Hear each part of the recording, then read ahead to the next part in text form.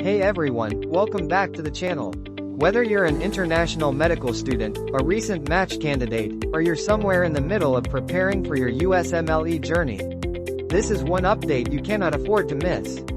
In the last few days, a major change has shaken the global medical community, especially those looking to train, work, or study in the United States.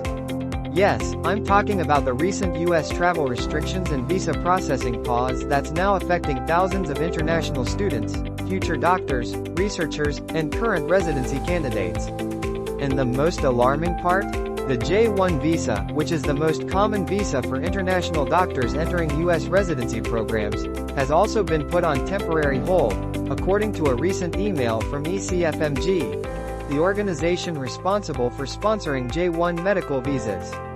This sudden update has left many of you wondering, will I still be able to start residency on time this July? What happens to my visa processing if I already submitted my paperwork? How does this affect people planning to take USMLE Step 2 or Step 3 in the US? What about those who matched through the NRMP? Are they at risk of losing their spot? I hear you, and in this video, we'll break everything down in the simplest, clearest way possible. Section 1. What's going on? So what's actually happening? To understand what's going on, we need to start with the facts. In late May 2025, reports started coming in from multiple U.S. embassies and consulates around the world, mostly in South Asia, the Middle East, Africa, and parts of Latin America, that visa appointments were being cancelled, delayed, or just not processed at all. Many international students and physicians trying to schedule their visa interviews were suddenly met with notices like, "No appointments available at this time. Administrative delays, please check back later. This visa class is not being processed currently." At first, it seemed like a technical issue or a local backlog.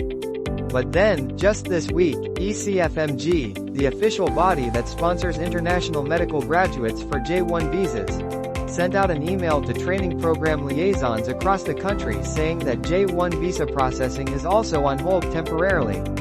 This email was sent to training program liaisons, TPLs, the people in every residency program who help manage visa paperwork and onboarding for incoming interns. They go on to explain that the U.S. State Department has paused the scheduling of new student and exchange visitor visa appointments, which includes J-1 visas, at embassies and consulates around the world. And why? The U.S. government is currently expanding something called social media screening and vetting for visa applicants. This means they're reviewing how background checks and eligibility decisions are made for those seeking entry under academic or training purposes. Until that system is updated or clarified, new appointments are temporarily on hold. So what exactly does pause mean? Let's break it down using ECFMG's own words and translate that into real-life impact. 1.1. Scheduling of new visa appointments is on hold temporarily. If you haven't yet received a visa interview date or your appointment hasn't been scheduled, you're currently stuck. You can't book one until the hold is lifted. This applies to all types of student and exchange visitor visas, not just J-1. So that includes F1.2. Existing visa appointments, already scheduled, will be honored. This is a little bit of good news.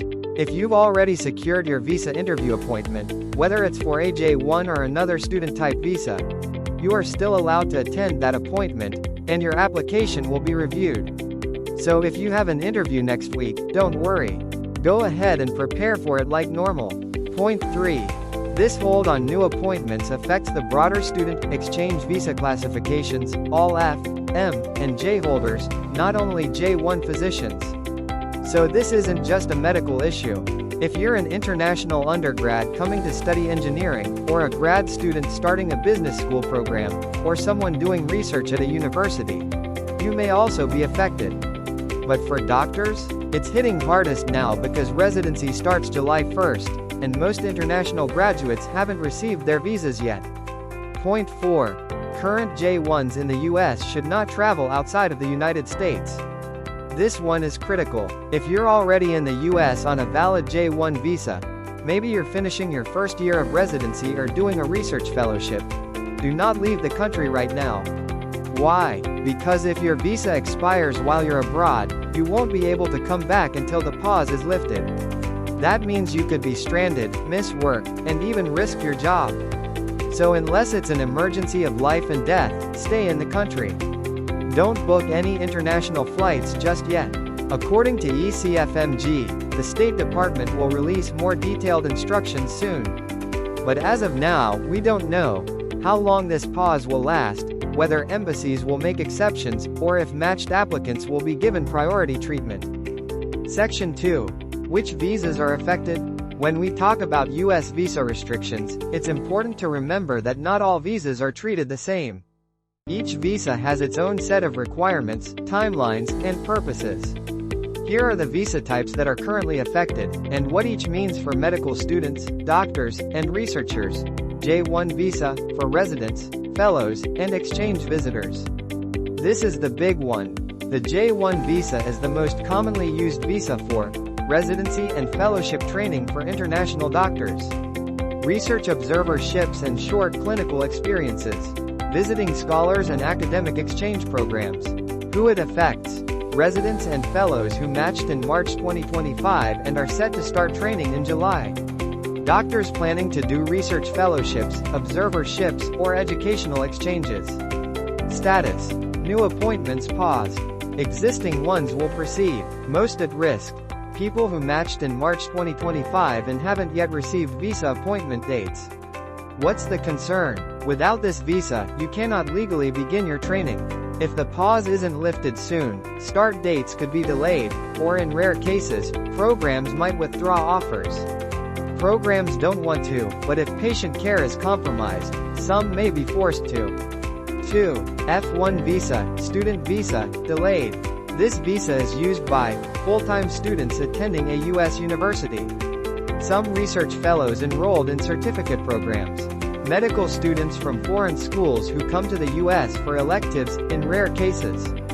Current status: F1 visa interviews and approvals are being delayed in multiple countries. Some students have reported waiting 4 to 6 weeks or more just for an interview slot. Impact: students planning to start their semesters in July or August may miss deadlines. Schools may have to offer online or deferred start options. 3. H-1B visa, work visa, currently unchanged. This is typically used by physicians who completed U.S. residencies and are starting employment. Rarely used for residency due to high cost and limitations.